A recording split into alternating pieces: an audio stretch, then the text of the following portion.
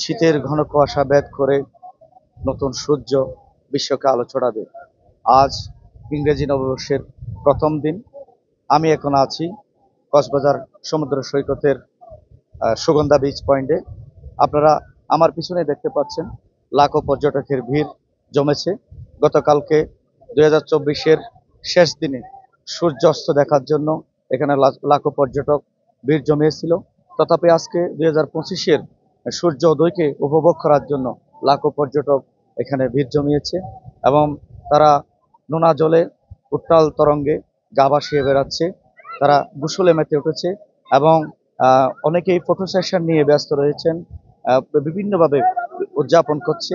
আমরা যেটি জানতে পেরেছি, গতকালকে হোটেল মোটেল জোনে বিভিন্ন প্রাইভেট হোটেল মোটেলগুলোতে তারা নিজস্ব ইনডোরে বিভিন্ন সাংস্কৃতিক অনুষ্ঠান সহ বিভিন্ন আলোকসজ্জা সহ তারা এই 31st নাইট উদযাপন করেছে। এবং আমরা আইন শৃঙ্খলা বাহিনীর কাছে যেটি জানতে পেরেছি, তারা পর্যটকের নিরাপত্তার জন্য এবং 31st নাইট উদযাপন উপলক্ষে যারা কক্সবাজারে আগমন করেছেন তাদের নিরাপত্তার জন্য তারা টুরিস্ট পুলিশ সহ র্যাপিড অ্যাকশন ব্যাটালিয়ন প্রচুর নিরাপত্তা ব্যবস্থা তারা গ্রহণ করেছেন বলে আমাদেরকে জানিয়েছেন। এই ছিল আমার কাছে সর্বশেষ পরিস্থিতি।